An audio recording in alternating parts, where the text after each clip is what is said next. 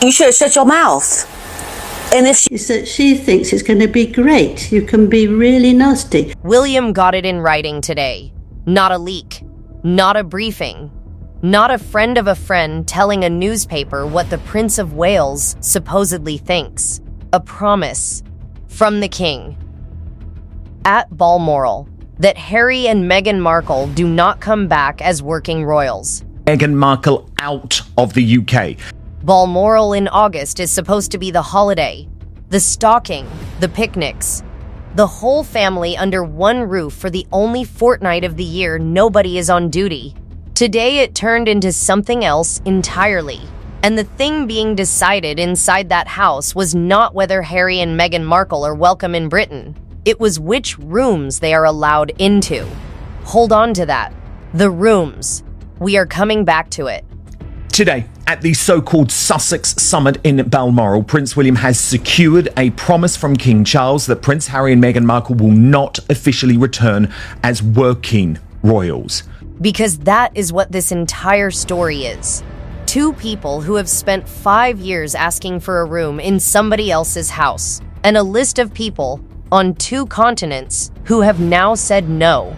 In Balmoral now, this is where the royals always have a holiday at this time of year there, but it has turned into a kind of emergency crisis summit about what the royal family are going to do about this pair of ingrates, the Sussexes, coming back from America. Every senior working royal was in the building.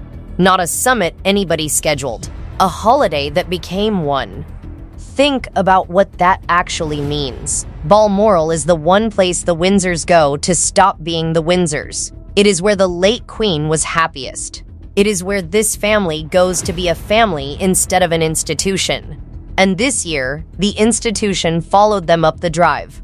Okay, so that is why this week's Sussex Summit happening right now at Balmoral Castle, attended by most senior royals. Prince William is there, Princess Anne is there, the Tyndalls are there, Edward is there, Sophie is there, is becoming so significant. William and Catherine, the Princess of Wales, have... And the briefing that came out of that house today did not come from the King's side of it. This briefing to their close ally in the royal rota, Russell Myers of the Daily Mirror, who reported today Prince William is adamant there can be no way back for Harry and Meghan. Friends of the couple saying while they cannot forgive the Sussexes, I'll read that again. Not we need time. Not these things heal. Cannot forgive. Present tense. Today, to the Wales is adding, what Harry and Meghan choose to do is up to them. As far as William and Catherine are concerned, they have left that period of their lives behind them many years. So that is the first door. The working return. Closed. Locked from William and Catherine's side, with the King's word behind it. Then the next one. Yes, but I've heard that the King is having a long conversation with William to work out how they can do it. They have already said that they don't want them to come up for any things that they're doing, Christmas or anything. They're not going to take part in that. So as a first move, I think that's not too bad. Christmas, gone before the plane has even landed. The one image the British public actually associates with this family, the walk to church, the whole line of them, the country watching, and the Sussexes are not in it.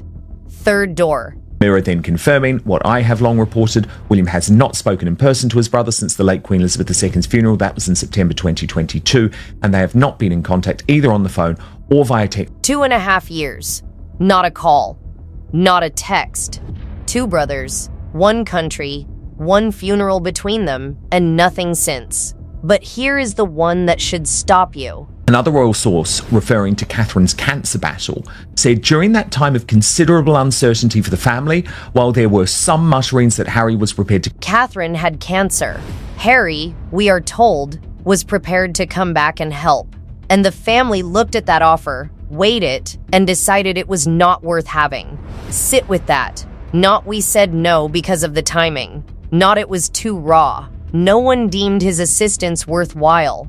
His own family, in the worst year they had had in a generation, would rather get through it without him. And nothing has changed now. And says, but surely before Harry and Meg's Get out the party streamers and welcome home banners for themselves. Harry owes his poor pa a very public apology.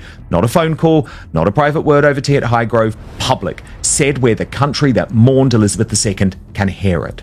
Robert Jobson is not a tabloid man. Jobson has covered this king for decades. And what Jobson is asking for is not a phone call and not a private word at Highgrove. Out loud.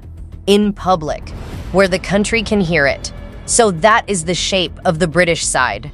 Every door shut, and one of them bolted this morning, which leaves the only question that actually matters. Why come back at all? Because that's all dried up. I do feel for His Majesty King Charles. I send my condolences. That is the answer everybody reached for today. The money. And today handed them a very large receipt. And be precise about this one, because this is exactly the sort of claim people try to debunk. It is not a rumor. It is not a source close to anybody.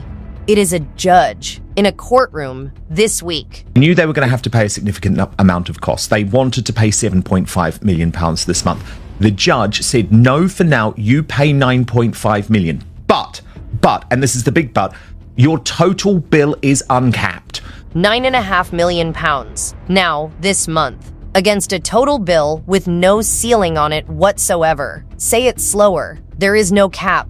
But money tells you when. It does not tell you why. Because if this were only a legal bill, you would expect a fairly ordinary story. Two people who built something in America and watched it fade. A deal that ran out. A career that peaked. That is not what happened. What actually happened is far stranger. It broke today in an American newspaper, and almost nobody in Britain has read it yet. This is their exclusive reporting. Delusional Prince Harry and Meghan Markle sought US political clout far beyond dreams of any royal since King George III, the Post has learned, with the Duchess of Sussex angling to take over the Senate seat held by Kamala Harris. The Senate seat, Kamala Harris's old seat in California, not a charity role, not an ambassadorship, a seat in the United States Senate. Markle requested to sit down with California Governor Gavin Newsom because she wanted to be considered to be appointed to the seat held by Harris, which she vacated just before becoming vice president on January the 20th, 2021. The source added that the discussion was publicly described as a welcome to California chat to head off potential inquiries. And look at how it was handled. A sit-down with the governor of California, arranged and then described publicly as a friendly welcome to California chat, so that nobody would ask what the meeting was actually for.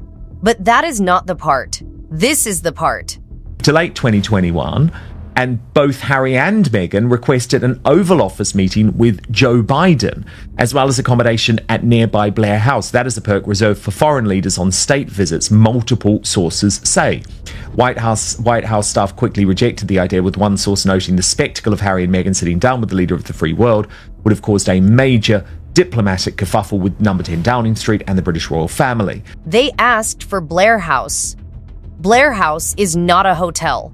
It is not simply a good address in Washington. Blair House is the residence the United States government keeps for visiting heads of state. Presidents sleep there. Prime ministers sleep there. Kings sleep there.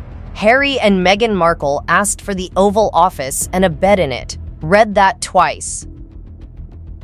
And the reason the White House said no is the single most damning line in the entire story. Because two people with no job, no office, and no standing would have caused a diplomatic incident with Downing Street and with the king, just by sitting down. They did not leave the monarchy. They tried to rebuild it somewhere warmer. And the warmer country looked at the request and refused. Another source, a former Biden aide, said the president and First Lady Jill Biden, long-standing admirers of Queen Elizabeth II, didn't want to get into a family squabble by hosting the rogue royals. Ultimately, the couple's attempt to become kingmakers fizzled out, similar to their ambitions in Hollywood and the lifestyle space. Rogue royals. That is a former Biden aide's phrase, not mine. And the reason given was not politics. It was that the Bidens admired Elizabeth II and had no intention of walking into a family squabble. And look what that cost Harry. Had been a regular at the Invictus Games, the sporting event for wounded veterans founded by Harry in 2014, but she ultimately stopped attending the Games after she became First Lady in January 2021, due once again to the optics surrounding Harry's departure from the UK. So Jill Biden went to Invictus. Regularly, she stopped the moment she became First Lady, not because of the veterans, because of the optics of standing next to Harry. Invictus is the one thing Harry built that people genuinely respect. And the First Lady of the United States quietly stopped turning up because his name had become a liability. But as this proves, their ambitions in America were huge. I mean, Meghan Markle literally thought that she was going to walk in and become the US Senator for California. And my reporting, remember at the time, is that ultimately she did believe that that would lead to a White House run. So, I mean, their grand plans have collapsed. So here is the American ladder. Senate seat, no. Oval Office, no. Blair House, no. First Lady at Invictus, gone. And every single one of those refusals came from people with no stake whatsoever in a royal feud. Not William, not the palace, not a British newspaper. American officials looking at the request on its own terms and deciding it was not appropriate. And then the commercial floor gave way as well. Gentry. I mean, all of that fell flat. That ran out of steam very, very quickly. The Netflix thing ran out of steam. The Spotify thing ran out of steam. Netflix ran out of steam. Spotify ran out of steam. And the only asset either of them ever really had was the family they spent 5 years attacking. Today, two important self-deportations that can unite all of America. This is the first thing we've been able to agree upon in over a decade. Meghan and Harry are leaving.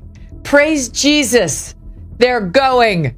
Get back to the UK. Go become somebody else's problem. We're sick of you. And America is not sorry to see them go. That is not a British tabloid saying it.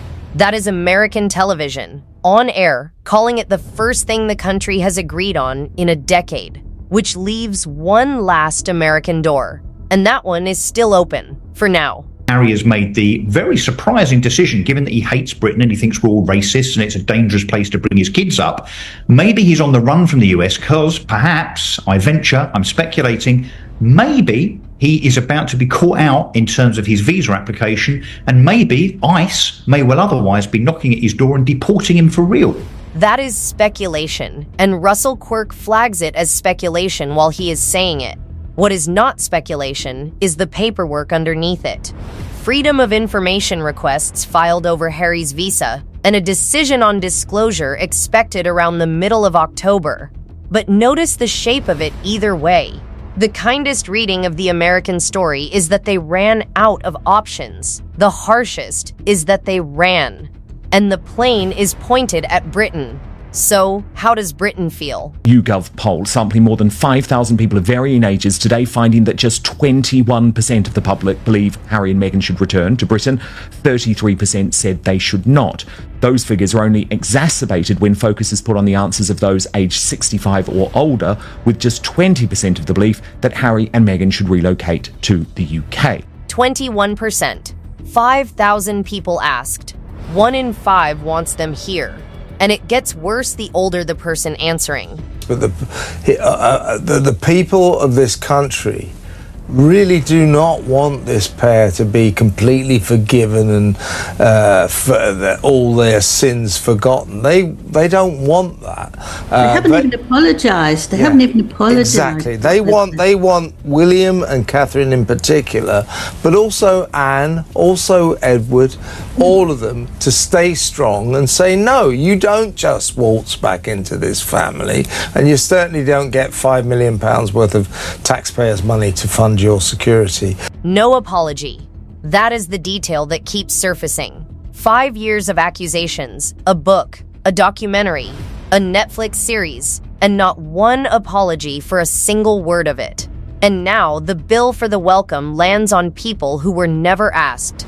Do you notice he's just pushing this line, isn't he? They just have to get their security paid for by us. That's why this is going to become a massive political hot potato, because we don't want to pay £5 million a year, as Di Davies predicts, for these grifters who thinks we're racist and who have spent years slagging off the British royal family and the UK itself. £5 million a year of public money to protect two people who told the world this country is racist. You remember that an armoured car now, a BMW or a Mercedes or any of these top end, will cost you nearly £500,000 to have what's known as a B7. In other words, it will protect you from most attacks by a gun, explosion and all the rest of it.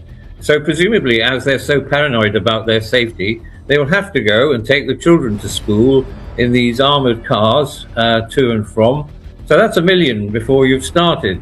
That is a former head of Royal Protection doing the arithmetic out loud. £500,000 for one armored car. $1 million before a single officer has been hired. Purport to be so worried about security. Boy, who the hell advises them? As I've said before, it must be the same people who advised their Uncle Andrew, because, in my opinion, they're totally off the scale of nonsenses. And frankly, I think most of us are fed up to the teeth of hearing about the pair of them. I wish they'd go somewhere, but don't come here. And there it is, the Andrew comparison. Not from a comment section, from the man who used to run Royal Protection for a living. Say that one again slower. The person once responsible for keeping this family alive, putting the security judgment of Harry and Meghan Markle in the same sentence as the one royal the institution had to cut loose completely. Now, while every one of those doors was closing this week, watch what the Sussexes were actually doing. For being here today. It looks like Meghan has essentially just got off on the worst possible foot for someone who is looking to relocate to another country. Because there was going to be a job. Not confirmed, okay? However, what is confirmed is that there is absolutely no consideration for that woman, Meghan, Duchess of Sussex, to be considered for any role on the Netflix show, The Gentleman. A role in the third series of Guy Ritchie's Netflix show. Reported as a comeback. Reported as £1 million.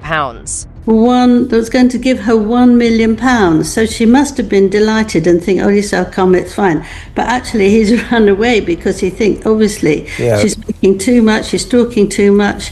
Yeah, looks like that's not happening, the gentleman thing. Tina Brown, Yes. the former very close friend of Princess Diana, who's very in with royal circles, said that she's hearing that offer, the potential offer of a role in the third series of The Gentleman, Guy Ritchie's Netflix TV series, has been withdrawn because Ritchie has decided that there's too much of a backlash, it's causing too much gossip, and he doesn't need it. So Tina Brown is not a Sussex critic by trade. Brown wrote the definitive books on this family and knew Diana personally. And what Brown reports is that the backlash was severe enough that going ahead became impossible. But here is what makes it so much worse. There was no Netflix announcement. There was no Guy Ritchie announcement saying that we're going to have Meghan in our third season. There wasn't even an official commissioned season 3 for that matter. So how can you even have someone attached to something that wasn't even confirmed to even be in production? There was no announcement, no Netflix statement, no Ritchie statement. There was not even a commissioned third series. So how did anybody know? There's preliminary talks. Look, I just have one question. Who leaked this story?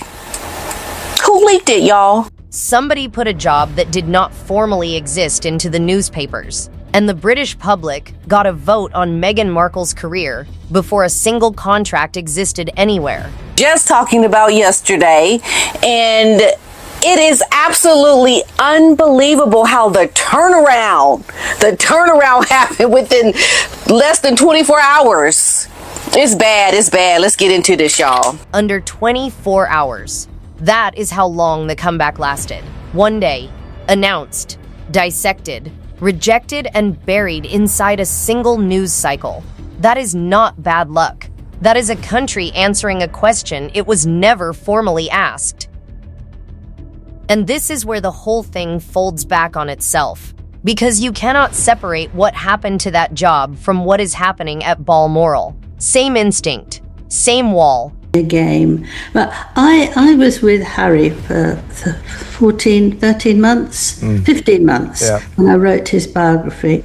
I really, really liked him. He was so nice, he was easy, he was good.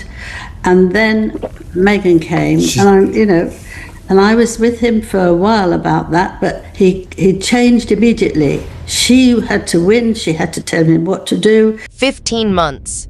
That is how long that biographer spent alongside Harry, watching him up close, long before any of this. Liked him, called him easy, called him good, and then says Harry changed immediately.